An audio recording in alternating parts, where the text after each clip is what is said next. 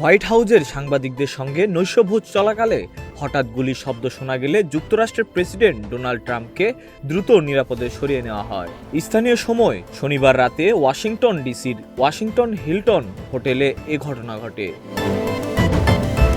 TV ফুটেজে দেখা যায় ট্রাম্প খাবার টেবিলে বসে থাকা অবস্থায় বাঙ্কেট হলে হঠাৎ বিকট শব্দ শোনা যায়। এরপরই তার নিরাপত্তা বাহিনী তাকে ঘিরে ফেলে এবং দ্রুত সরিয়ে নেয়। কিছু সংবাদ মাধ্যমে দাবি করা হয়েছে বন্দুকধারীকে গুলি করে হত্যা করা হয়েছে, তবে এ বিষয়ে আনুষ্ঠানিকভাবে নিশ্চিত হওয়া যায়নি।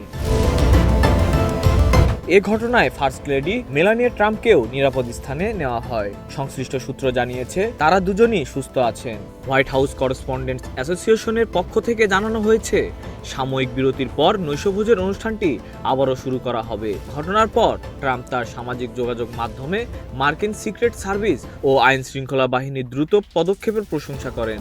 তিনি বলেন তারা দ্রুত ও সাহসিকতার সঙ্গে কাজ করেছে। Desk report, news flash 71।